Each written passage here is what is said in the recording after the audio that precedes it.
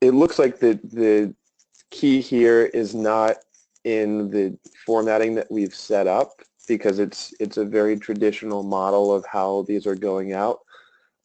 It's more has more to do with the content of the email and maybe things that are directing people to click the link, and maybe if it was a bigger button or the content or the audience was different, that might have more of an effect.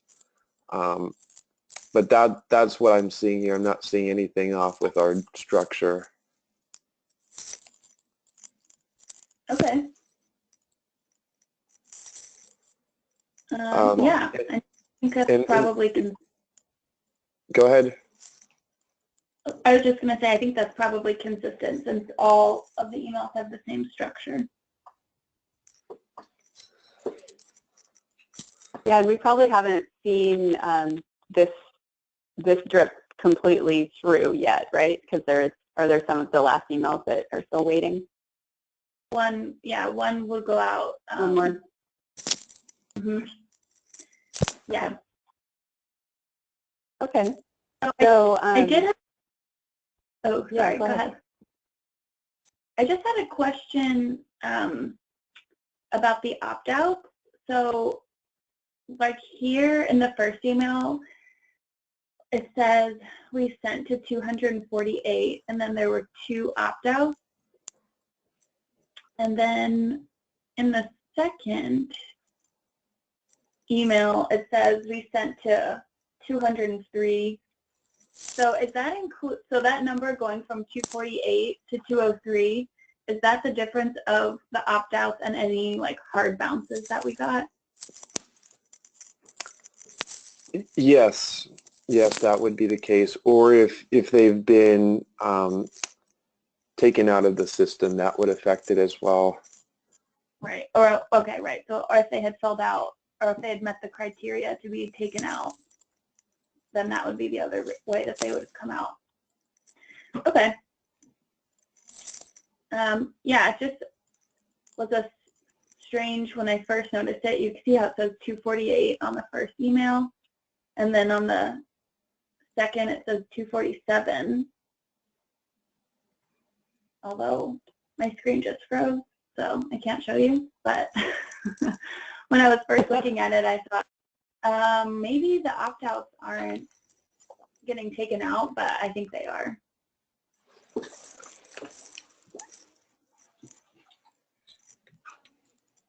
Yeah, they should be. They should be. Yeah. I think. Okay.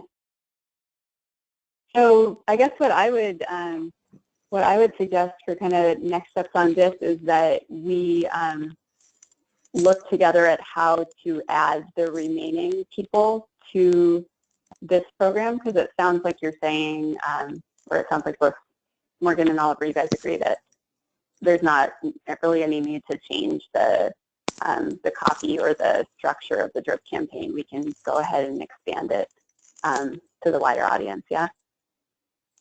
Right. Okay, and so Oliver, this is like a good lesson for me too. Can we add another list to the start conditions, or do we have to like copy this engagement studio?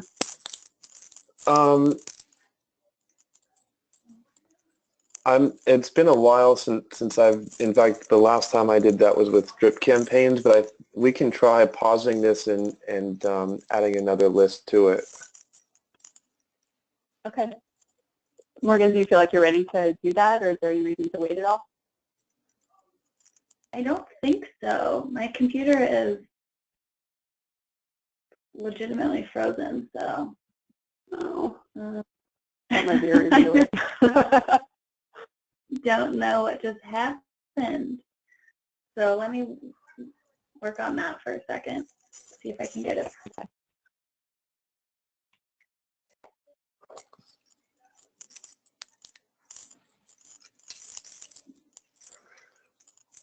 Sometimes Control-Alt-Delete is your friend. Right. I know. Can you see that I just went there? It just went black for us. Yeah, it's black. Yeah, I did the Control-Alt-Delete, but then of course I can't even. Oh dear. I came back. Dark monitor. Yeah, I actually think I might just need to restart it, unfortunately, because I can't click anything.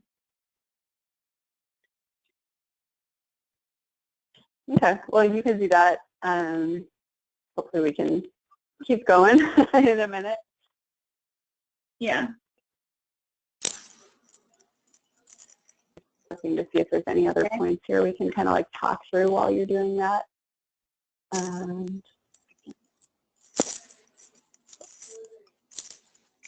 Just so you guys know, I just did a little quick test on my own just to confirm my process for updating the status to inactive if they opt out, and it's like a 3-minute walkthrough to get that set up for you guys, so we can address that at some point. Great. Okay.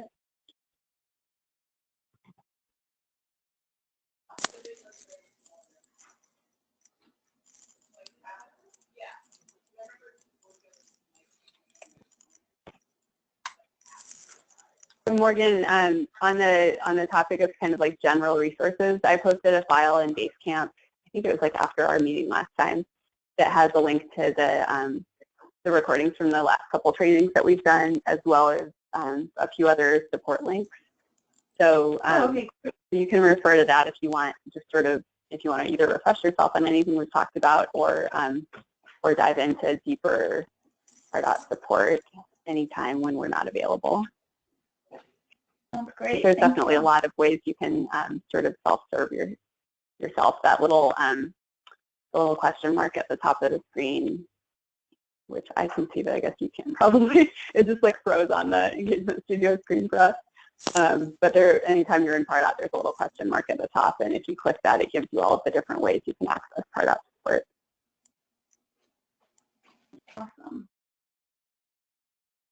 Yeah, this has literally never happened to my computer before, and it won't even let me hard shut down. Oh wait, maybe I just got it. Sorry. Like they only ever act up when anyone else is watching. Just got shy, huh? Mm-hmm.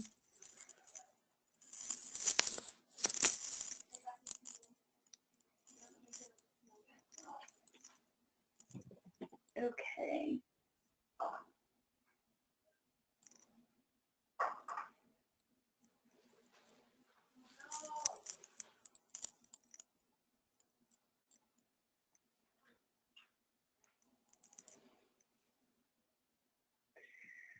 Okay, I'm just going to pull up our GoToMeeting again, and then I'll be good to go. Okay.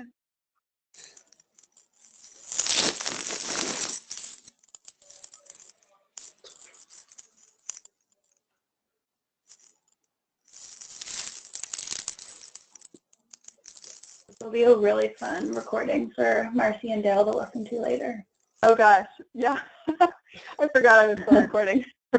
Of course, I just remembered to start it like a minute before it froze. And I think if you stop recording, I don't know if it lets you like restart. So well, we can make a note that they can disregard the first 5 minutes or something. Yeah. Okay, it's coming back.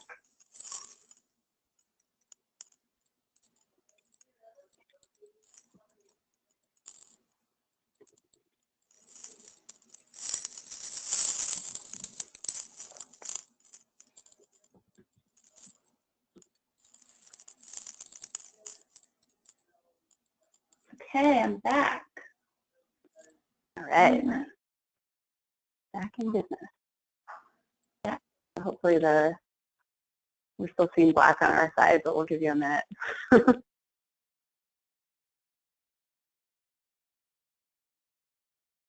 Oh, maybe I have to I see another, I'm going to make you presenter again.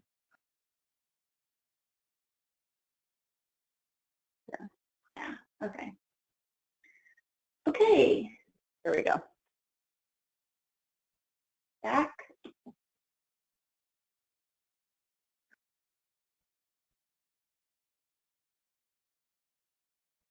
Good to go? Okay, so we want to have a second list that we add to the engagement program, and then we also want to make that list dynamically add anyone who's joined your Salesforce campaign since January.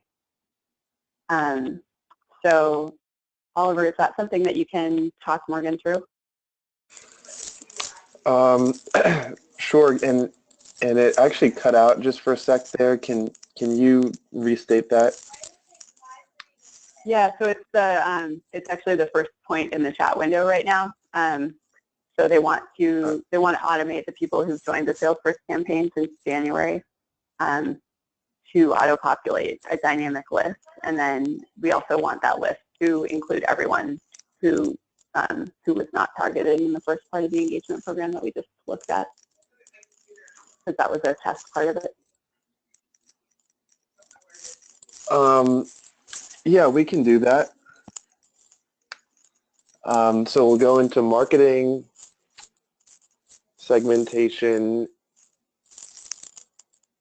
and then lists.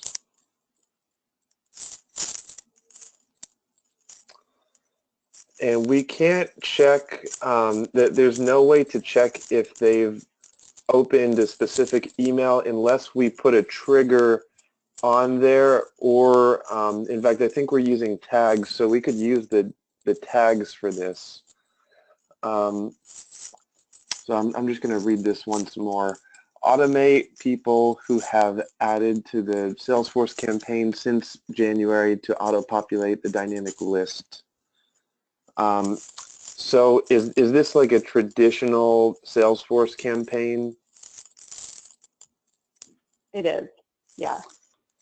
Perfect. So basically OPB, they created a Salesforce campaign for everybody that they wanted to market to in Pardot before they put the, before they did the import. But then there's been some people who've joined since we imported that in January, so we just want to make sure they're included. Okay, so let's start by opening up the list.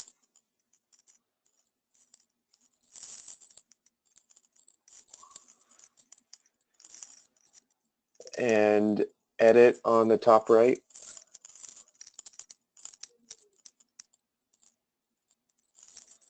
And let's see here, is this a dynamic list?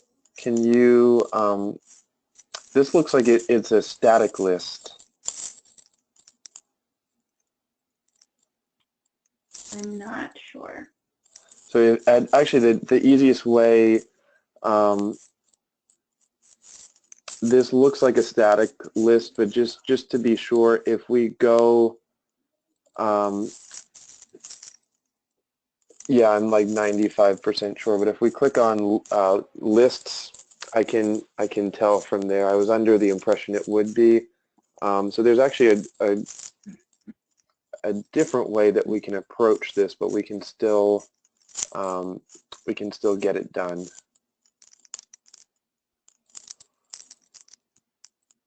So it looks like it's not a dynamic list. But also one thing I want to say is out of this 1,159 prospects, I think what Susan did was she was able to send through A through C by company name.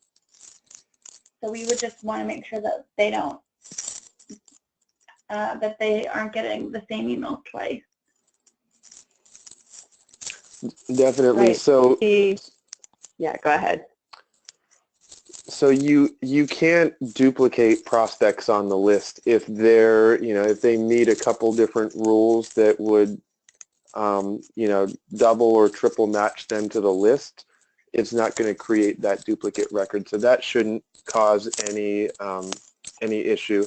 And actually, this is actually a tool that I don't use a whole lot, but it's actually a pretty nifty tool for migrating data onto static lists, and it's called segmentation rules. So we can actually use this to get all of those prospects onto this list. And to get there, you'll hover over marketing, segmentation, and we'll choose rules.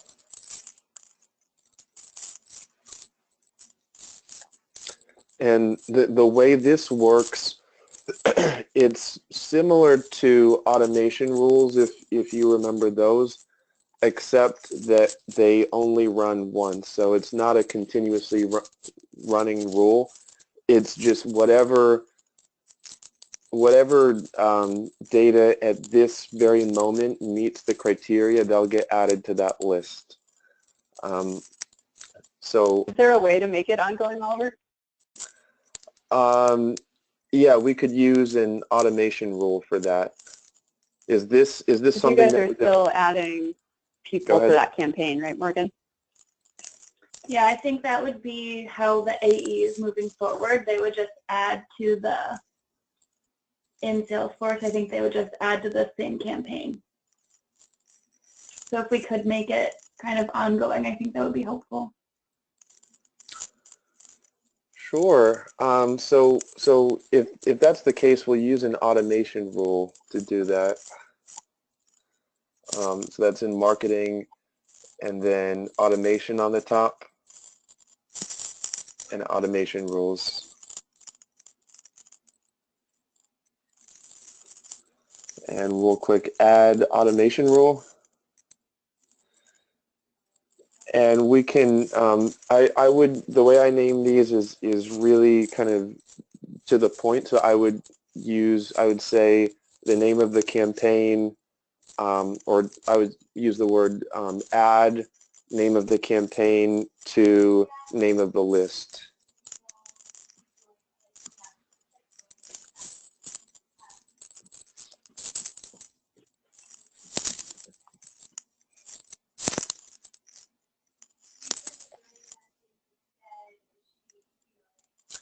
And my approach with tags, when you only have a couple automation rules, they're not especially handy, but once you start to get a lot of automation rules, it helps to have them tagged with different categories, and that way you can quickly find automation rules that are doing a certain thing. I would say a category for this you could call add to list. That's, I usually name it the action that's happening. And that way, 5 years down the line, when you guys have a million different things going on with the system, you can filter on add to list, and everything that relates to adding an ongoing group to a list you can find just like that. And you'll see, grading, and there's a tremendous number of different use cases for this tool. It's sort of a catch-all. And while we're on it, I noticed that there aren't any automation rules. So do you want me to give you a little background about what this tool is before we jump into the where we go to click around and complete the task? Sure. So the automation rules, I think of them kind of as a catch-all where completion actions just take one event that's happening. So a form is filled out, a landing page is filled out, a link is clicked, and then based on that one thing happening, it triggers something else or a couple other things. But with automation rules, you get to use as many different criteria points as you want. And you can even use other, you could say if their score is above 50 and they filled out form ABC and they're in Portland, then always add them to this list, or always notify this user if they meet that criteria. So there's a sort of an exponential number of different ways that you can mix and match these rules, and you'll see I think of it, I said catch-all, but you can kind of think of it as a Band-Aid or something where you have an automation need that isn't met by any of the other tools, and this is usually the one that you go to. And so just below the tags area, you can see there's two sections. One is called rules and one is called actions.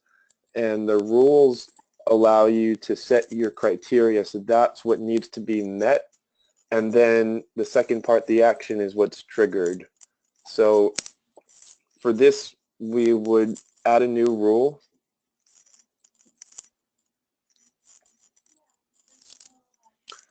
And click into the drop-down. And we're going to choose Salesforce campaign.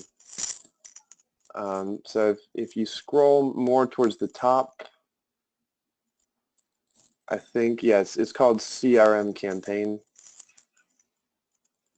That's our operator, so in this case the only one is, and we'll choose our campaign. And then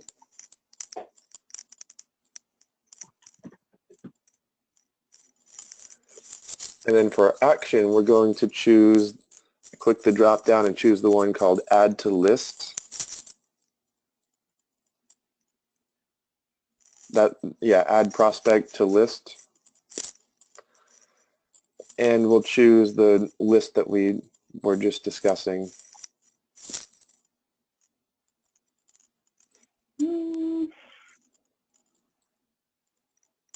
Is that not listed here? Or is that? I'm not sure if it's this one or this one, but I think this is the larger one.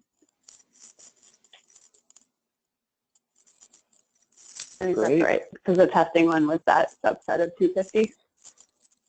Right. And so this is about as basic of an automation rule as you can have, but that's it. It's just, and the cool thing about this is any automation, it doesn't matter what you're doing, you can always boil it down to a criteria that's met and then an action that's triggered. So that takes care of everything we need here. And so we can scroll to the bottom and run the rule. And by the way, if you ever have a question, you can always interrupt me. It's just the blue button there, Create Automation Rule. And anytime you create one of these rules, it will default as being paused. And so if you go on the right-hand side where it says Actions and click the little gear, you can resume it. And so that will actually start running this automation rule. And these run continuously. So every 10 minutes, the system is sort of batch processing this, and it checks and sees if any new records in the system are in that campaign, and then it automatically adds them to the list.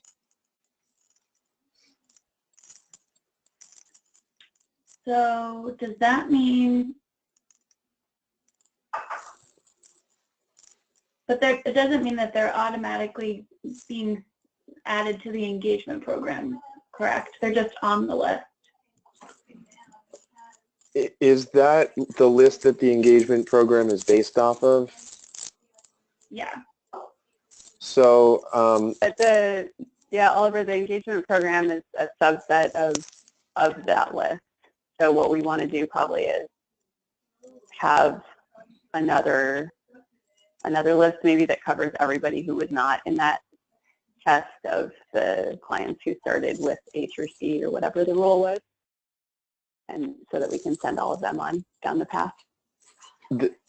They'll get added to the engagement program. The way that it works is that anyone who meets the list criteria gets added onto that initial list. And so even if they meet the criteria months down the line, they'll still get added to that. So it would take several minutes for this to run, but that automation rule it's sort of a little chain reaction. So they get added to the list, and then by being on that list, they get added to the engagement program retroactively.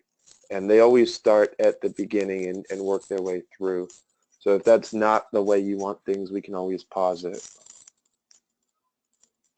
I'm just trying to figure out now if Susan used that same list or she created a, how do I tell what list this is pulling right now? So if you zoom in and go to the very top and click on Start, and then Recipient Lists. So she created a smaller list.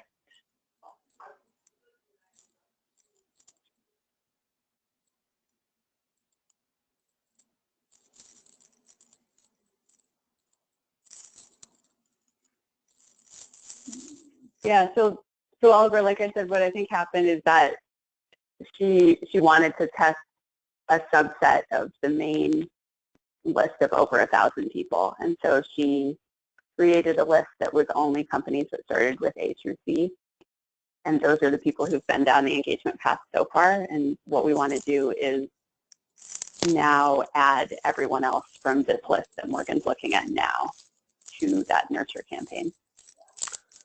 So I think that just the shortest route of getting from where we are now to where we want to be is just to use the automation rule to add them to the list that's already in there. I haven't swapped out lists in live campaigns before, but I have many times added additional prospects to the existing recipient list. And we can also rename the list as well and then add more to that. But that sounds like if we want to make sure no one's getting any repeat emails, and then we should use the existing list.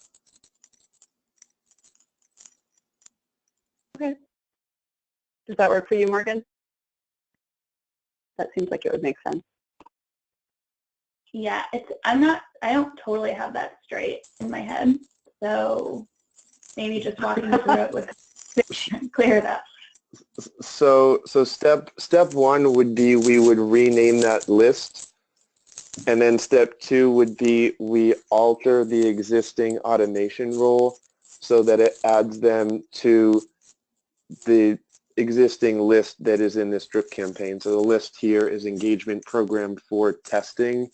We ran the rule on the other list, so we would just change the action on the automation rule to add them to this list. And then if we don't want to have the word testing in there, we can rename the list.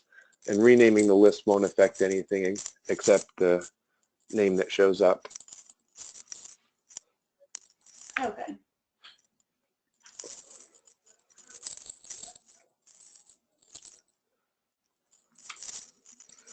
And so is it all right that we start all of these prospects on this campaign, on this Engagement Studio campaign?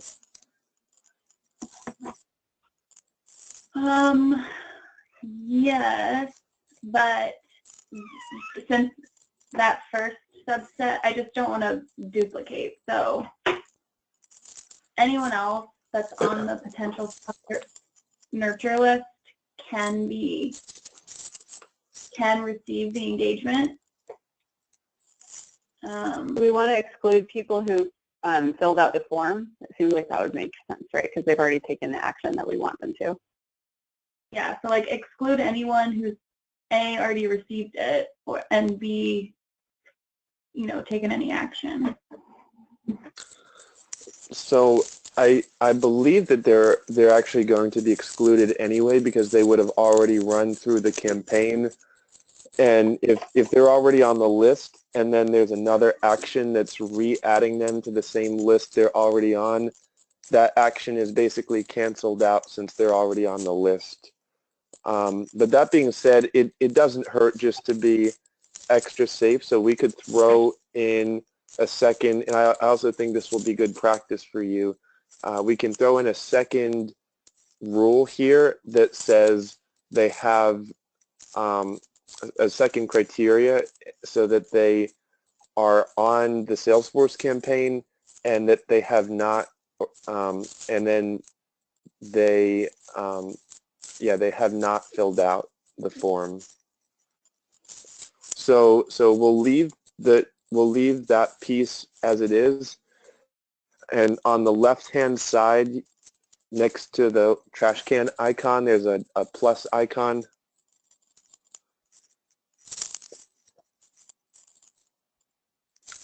And we have the option of doing either Rule 1 and Rule 2, or Rule 1 or Rule 2. So and or logic. In this case, we want it to be and. So we'll leave it as it is defaulted there. And then we'll scroll down and we'll choose Prospect Form. And we'll choose the form. And we actually want to exclude them if they if they didn't. So we actually want to do the opposite of that, right?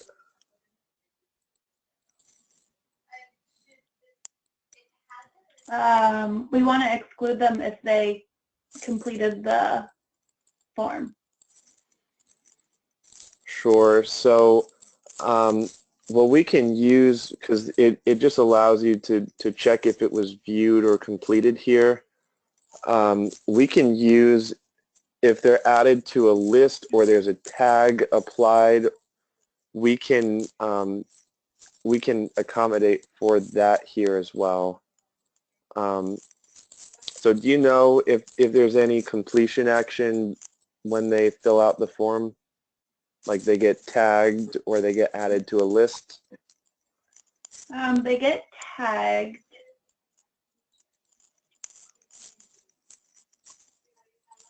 This is the tag they get. So that's if they click the link. But does that, so that's not if they fill out the form, that's just clicking the link. But does that satisfy what you're looking for? Yeah, I mean, in a way, because it's also gonna say that this person has already received the email in general, right? That's right. So we can, and we'll need to make sure if you get one letter off, it's going to throw the whole thing off, but we can choose prospect tag and then exclude anyone who has that tag.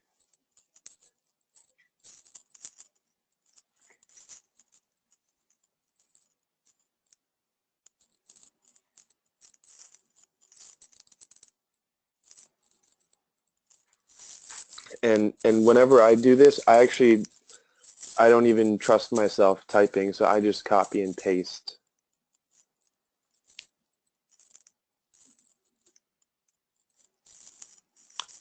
And we would actually want that to be does not contain. So if you click where it says contains,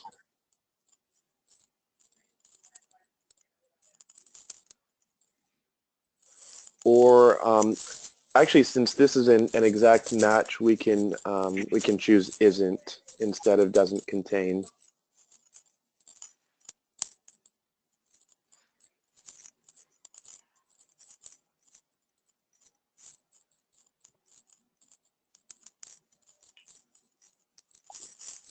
And that's always a little easier route when you get the drop down there.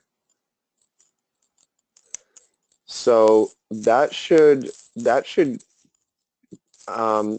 us where we need to be, because if they click that link, and I'm assuming that the form is after that link, the form is on the page that link directs to. Mm-hmm. Yeah. So just by logical deduction, that should take care of anything, unless there's other pieces that I'm not aware of.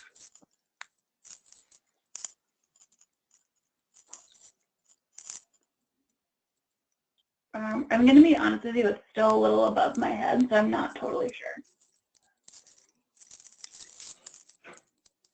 So Like, based on, go ahead. Go ahead. I was just going to say, based on what I've heard so far in this conversation and from my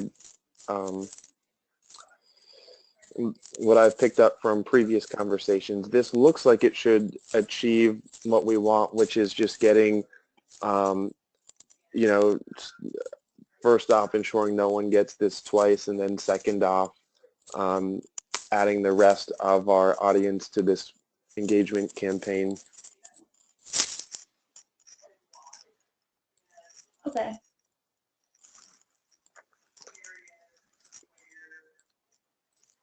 Yeah, so I mean, I think, Morgan, the important thing to keep in mind is you can basically like segment people into any process in Pardot that you want, as long as you can tie that back to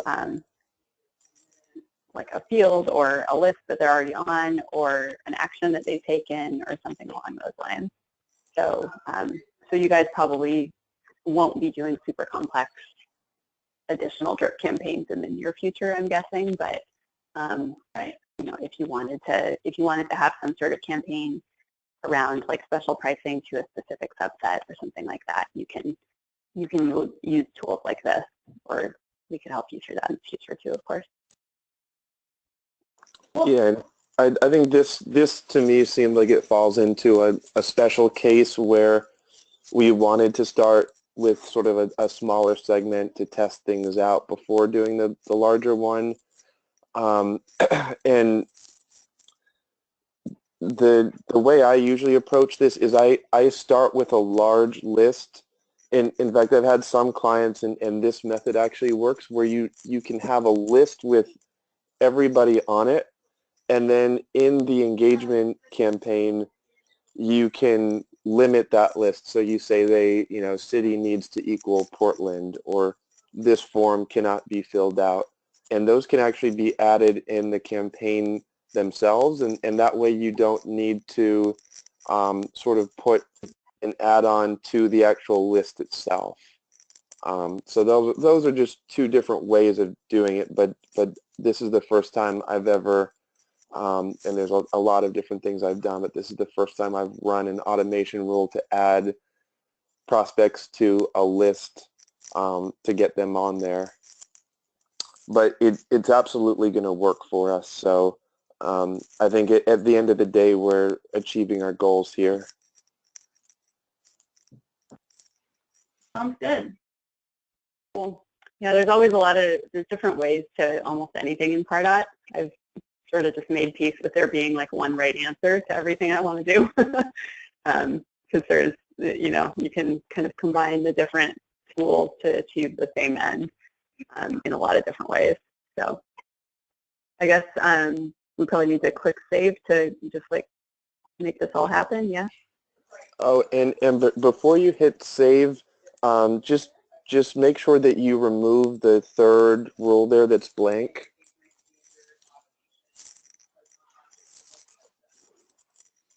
Okay.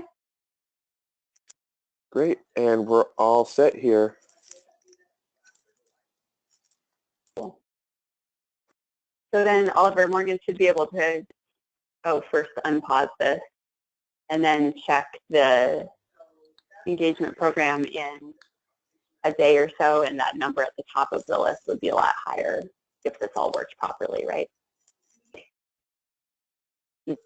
Yeah, and the automation rule usually takes up to 10 minutes to run, and then it can take another 10 or so minutes to get them on the campaign. But they should all be added to the list, and based on being on the list, they should all be added to the engagement emails. Okay, I just have a question then.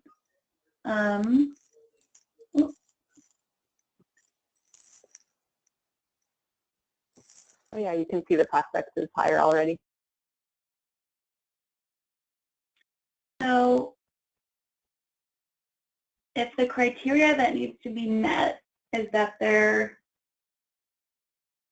is that they live in our Salesforce Pardot Flight 1, and they have never clicked this link before. Then they'll be added to potential sponsors nurture list, but that's not the one that we have. Yeah, so we need to change that to the for testing one. And then I was also saying that if it makes sense, you can rename this list, because we're basically altering this list to include all of them. So this list will have, yeah, this list will obviously be include a lot more prospects on it. Okay, so should I change the name of the list before I change it here, or? It would make no difference. And my only thought there was that you have the word testing in this list, and it's obviously not a test anymore. Right. Okay, so if I save this, and then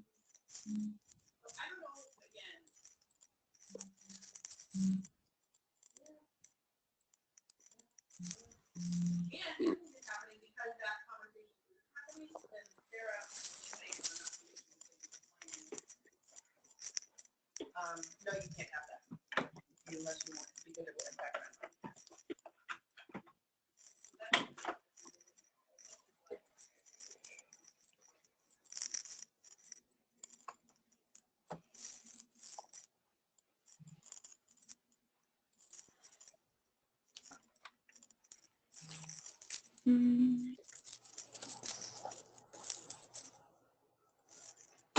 so then just, I feel like you were saying this earlier, but just so I'm clear, if we take the fuller list, which already includes this total 250, and we have the automation rule that they should be included now into this list, it won't duplicate the same contact. That's absolutely correct. Is that just like a built-in default, or that's not something we had to build, right? That's just the way the system works. If you have a list and then people would be re-added to the list, it never duplicates that. Cool. Okay, that's good to know.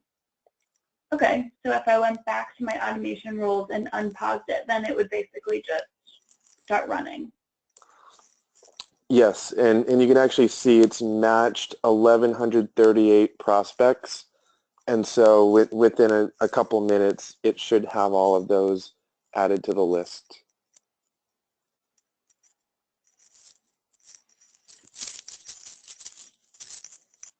Cool. Yeah, I think before I turn this on, I would wait until our 4th email goes out just to be sure, but yeah, maybe we'll unpause this by Friday or Monday. Definitely, and if you want, we can quickly, I see we've got about 6 minutes left. We can quickly address the opt-out functionality if you'd like, and unless there's something else you want to spend these last couple minutes on. I'm game for anything. Kirsten, did you have something else that you thought we Yeah, should no, I cover, think that makes sense. The only other things on the agenda were kind of wrapping up the how do you see ROI and Pardot conversation, and then also quickly touching on lead source, which I think we want to have Marcy part of that. So we can table those till next week and just take the time for the inactive piece right now. Right. All right. So the first thing I just want to check on is that we have our field available. So if you hover over the admin panel, the admin option on the left, and then we'll choose configure fields, and we're going to choose prospect fields.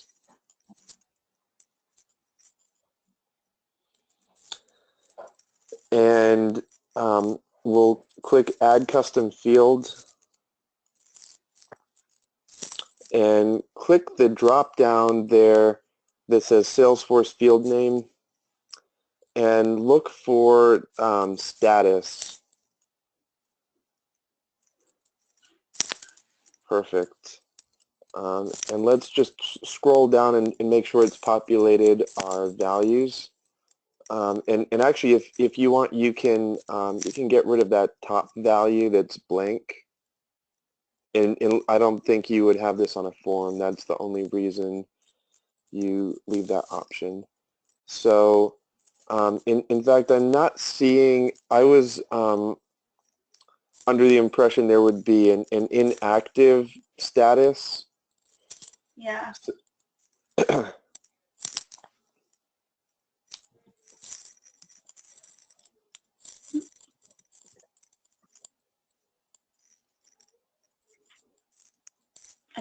I'm less familiar with Salesforce, so I'm just gonna check to make sure that's the same.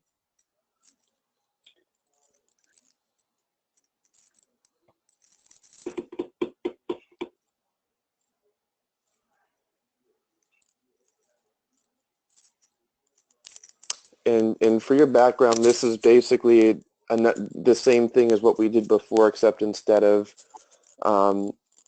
adding to a list, we're updating a field. So we're going to write a rule that says if email status equals opted out, then we're going to trigger a field update where we mark this as inactive. Right. Where do I usually find status on here? So are you guys using leads at all? I don't think they do. I think they just have contacts. Yeah, they're only using contacts, Oliver. It could give a try looking into type there. Okay. Yeah, that's probably it then. So if you double click that, you can see what the different options are. And you know, we could create a checkbox called inactive. There's a lot of different options. In fact, there's actually an opted out field that we can put on the page layout that would actually get Here it is. Sorry. Status. So it actually looks like that's not on the page layout. There was a second status there.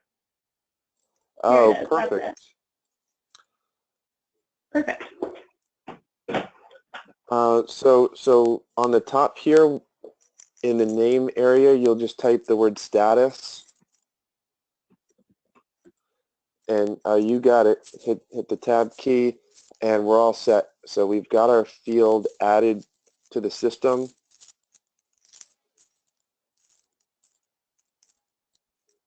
So do I hit create custom field? Yes. And from here, we're going to go back to our automation rules.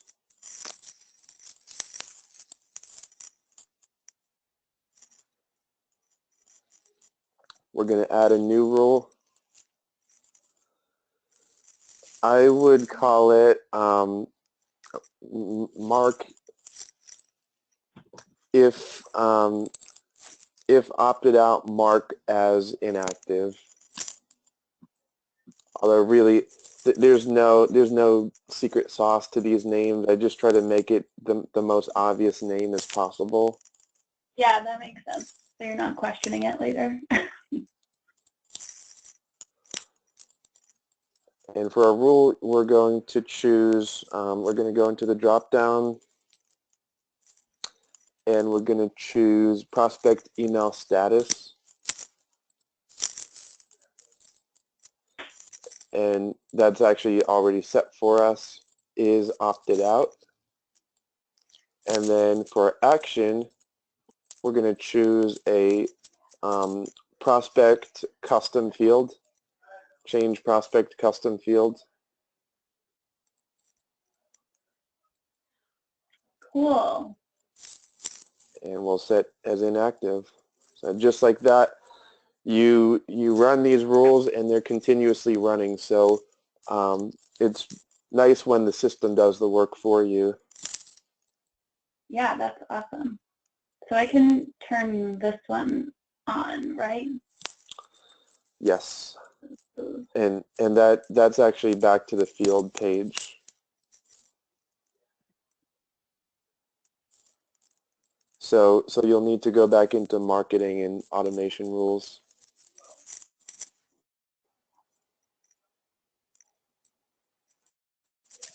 And then just, do I click into this link? You can actually get to it from the link or from the little action area. Oh, got it. Cool. Great. And we're right about at the 4 o'clock mark. So Yeah. go ahead, Kirsten. I think we're good. I'm going to stop recording so we don't have more logistics. But let's figure out our next meeting.